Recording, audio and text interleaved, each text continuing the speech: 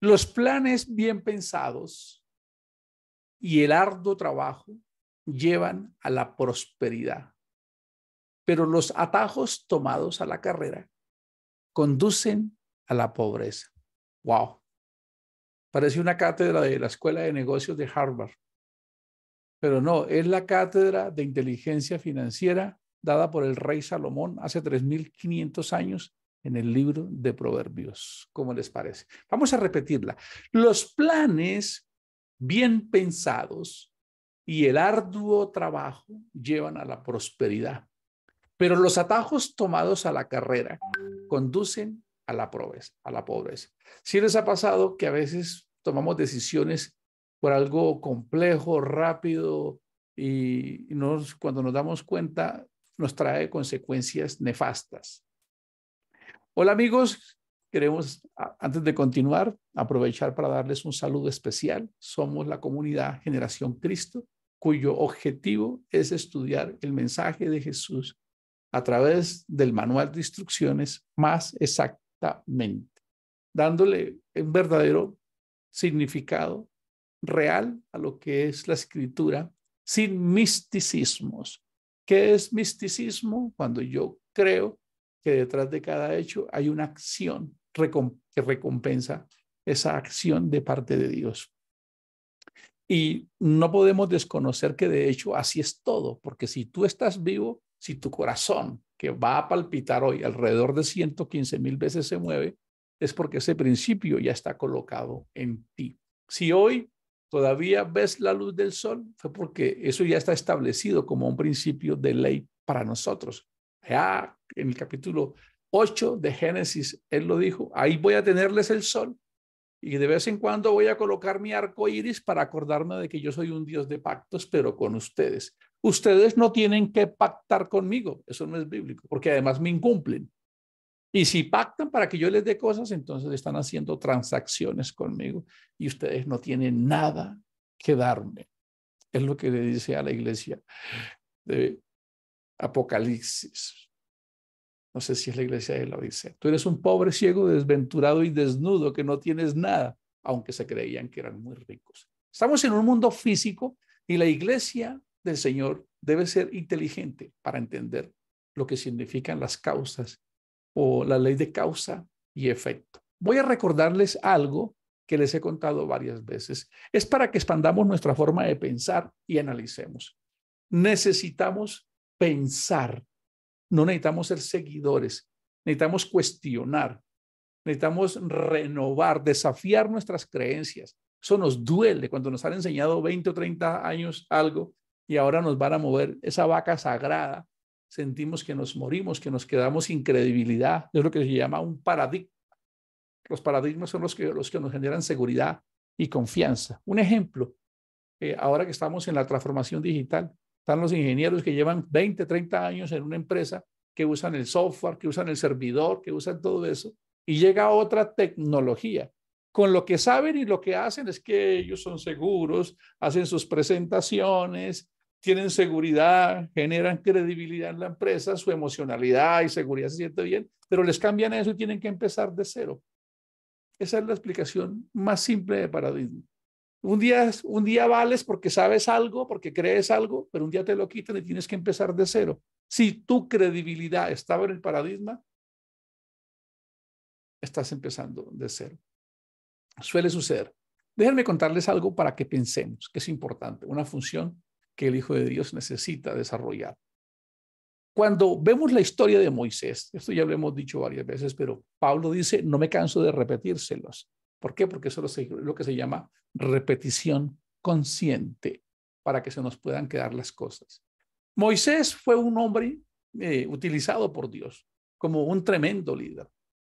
En la escritura, en el manual de instrucciones, en lo que llamamos la Biblia, hay dos hombres representativos. Uno en el primer pacto, que se llamó Moisés, y el segundo en la compilación del segundo libro de lo que los cristianos conocen como Nuevo Testamento. Algún día hablaremos de eso, si Dios quería que se escribiera otro testamento.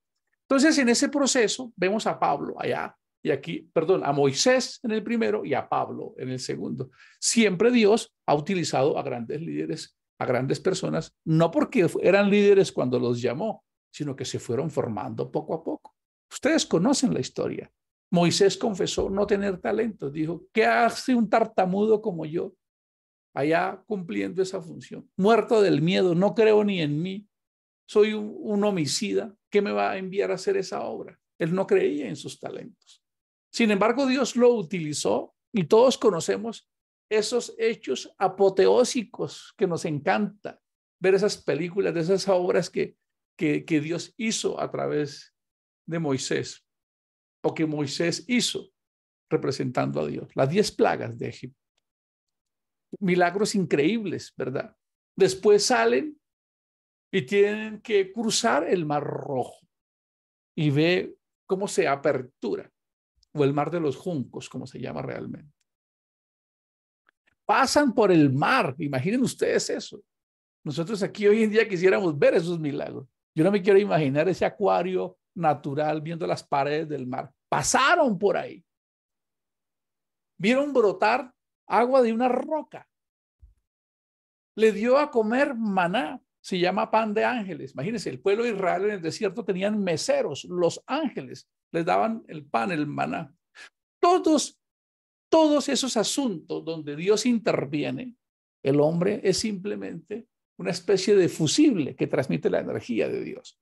Sin embargo, con todos estos hechos tan grandes que Moisés hizo, cuando se trató de acudir a sus recursos, de acudir a su liderazgo, de acudir a sus talentos, Moisés se nos rajó. ¿Cómo alguien con semejante trayectoria, imagínate leer la hoja de vida de Moisés, 10 plagas, llover granizo, multiplicar tal cosa, convirtió el agua en sangre, las ranas, los piojos. ¿Qué más hizo? La vida de Moisés, la estamos leyendo en la hoja de vida. Pero cuando se trató de conducirse en el día a día, que es la definición más grande de liderazgo, cómo te conduces en el día a día, resulta que se nos rajó. Y entonces alguien diría, ¿y por qué entonces Dios no le enseñó a ser un líder? Porque eso es algo que nos corresponde a nosotros. Y ustedes ven que Moisés, que salió de Egipto, desde Éxodo 12 y 14, dice que salieron de Egipto 600,000 personas de a pie, sin contar a niños y mujeres, y muchas personas más. Así que la cifra con la que Moisés sale de Egipto está entre 2.600.000 y 300,000 personas. Y él las atendía a todas las mañanas, las peticiones, las quejas, que mi esposa me pegó con el cucharón, que mi hijo se robó la gallina, todas esas cosas las atendía Moisés. Y un día llegó su suegro y se quedó mirándolo. Era sacerdote de Madián. Podríamos decir, de Madián era un pagano. Los paganos son menos inteligentes y menos bendecidos que los hijos de Dios. A los hijos de Dios, Dios nos bendice, nos va bien. Sigue siendo fiel para que Dios te bendiga. No estoy diciendo que no.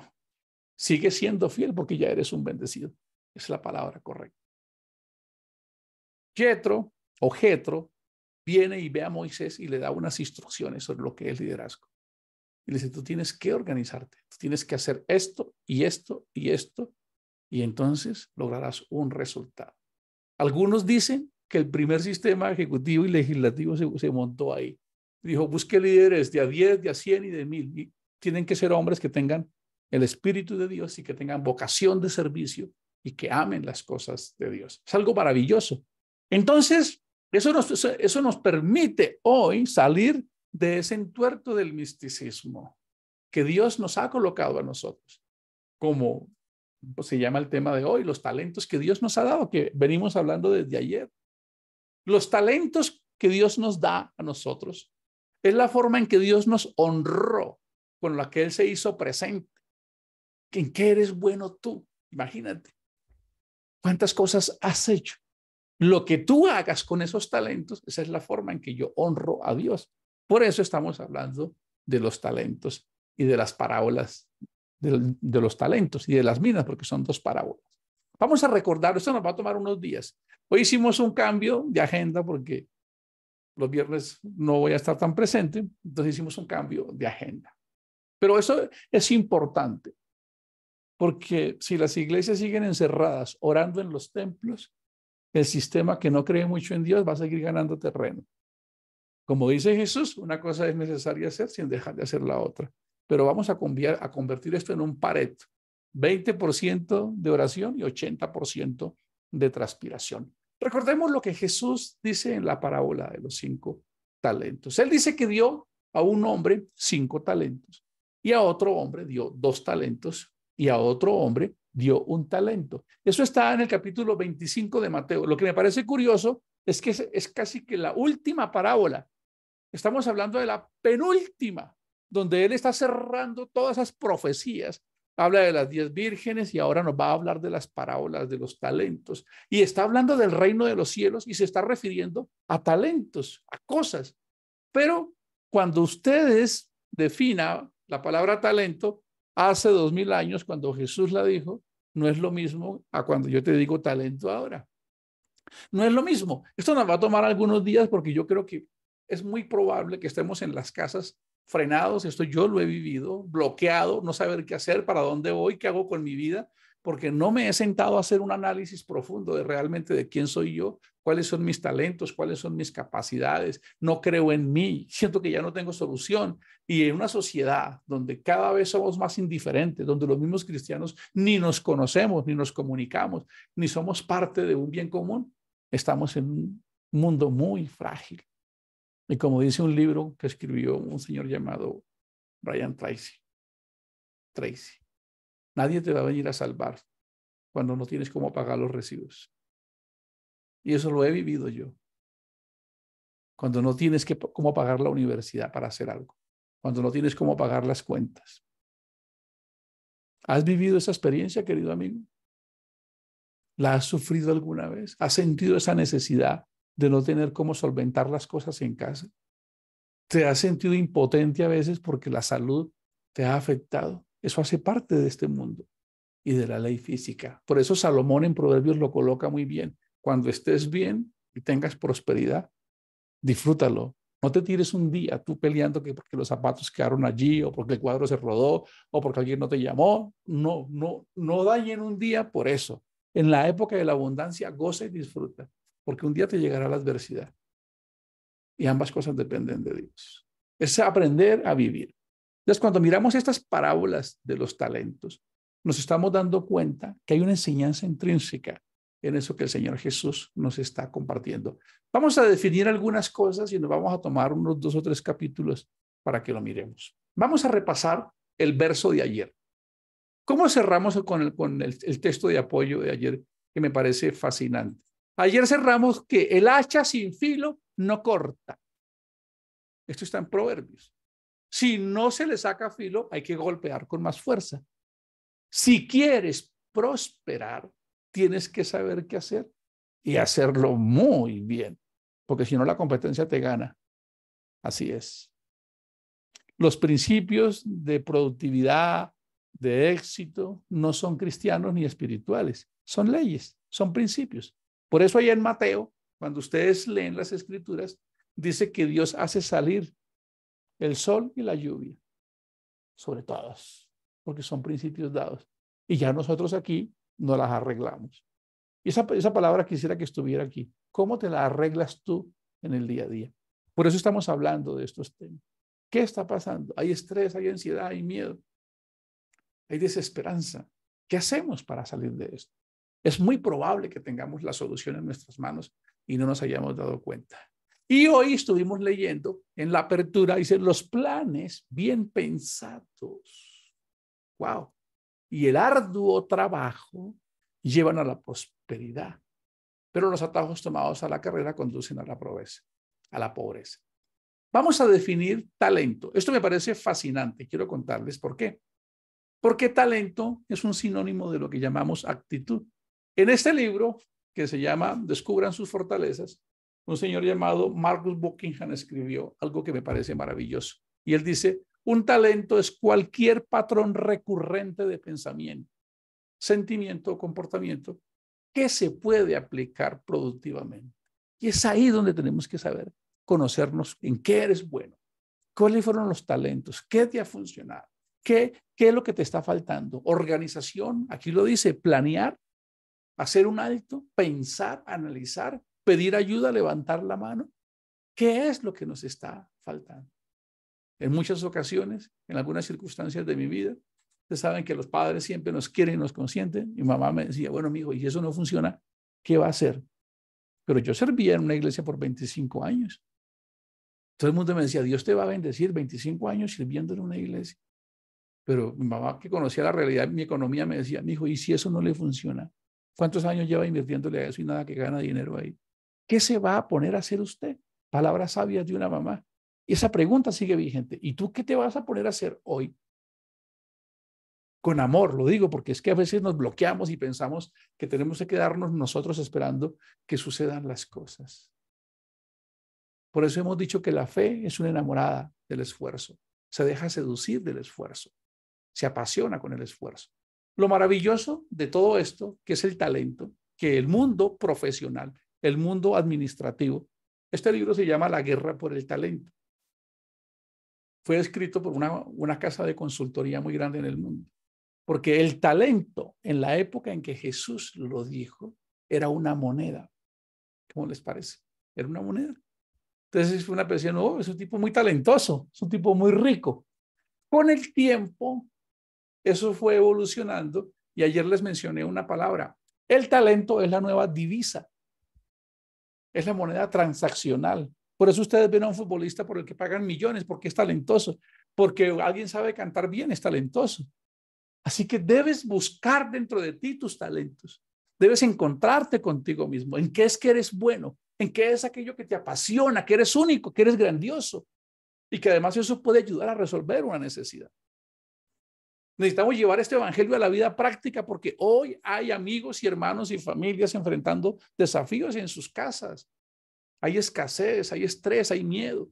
Cuando no hay en la alacena alimento. ¿Y quién está pensando en eso? Lo digo porque sé lo que significa eso. Así que cuando hablamos de talento, hoy, en esta época, estamos hablando de un patrón recurrente de pensamiento, sentimiento y comportamiento. Lo que para nosotros es lo mismo que actitud. Una actitud es eso, actitud con C, no con P. Aptitud es cuando yo adquiero la academia, la cátedra y la información, estoy formado. Y la actitud de acciones influenciadas por mi conducta son dos cosas distintas. Así que cuando hablamos de actitud, estamos hablando de mis hábitos de pensamiento, como yo suelo pensar, o mis hábitos de sentimiento. Mira, a mí nunca me dejan hablar. Mira, si viste que a mí siempre me dicen que soy fea. Y mira que a mí nunca me dan una oportunidad. Siempre son hábitos de sentimiento que ya están incorporados aquí y que nos llevan prisioneros. O hábitos de pensamiento. Me están atacando. Yo no sirvo para esto. Yo creo que para otros sí, pero para mí no. Pensamientos destructivos. Cuando el apóstol Pablo dijo, ustedes deben llevar esos pensamientos que se vuelven fortalezas cautivos a la obediencia a Cristo.